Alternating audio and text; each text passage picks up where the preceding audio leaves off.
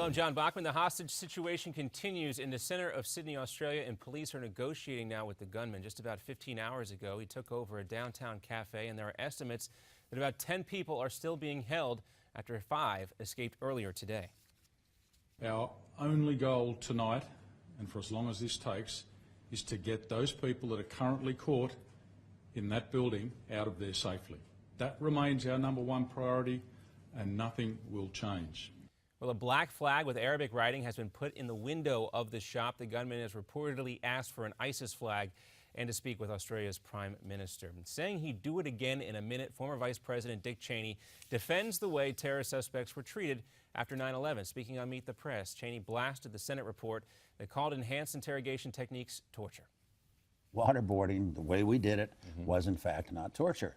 Now, when you're dealing with terrorists, the likes of Al-Qaeda or the likes of ISIS, I haven't seen them waterboard anybody. What they do is cut their heads off.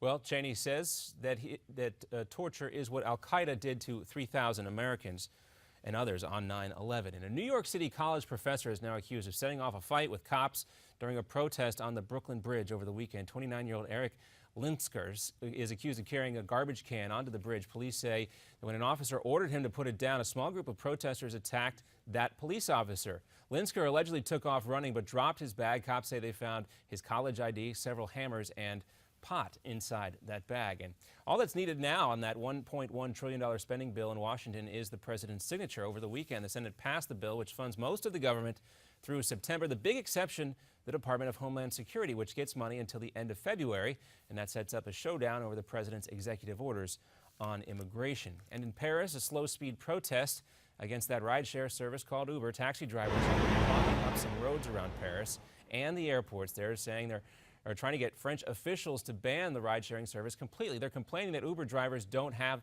to face the same requirements, insurance, and taxes that normal taxi drivers have to deal with. And at a climate conference in Peru, every country on the planet has signed to cut back their fossil fuel emissions. It's known as the Lima Accord, and it's the first time that all the world's nations have made this kind of agreement. But there's nothing in the deal which actually forces any country to actually follow through with the plan.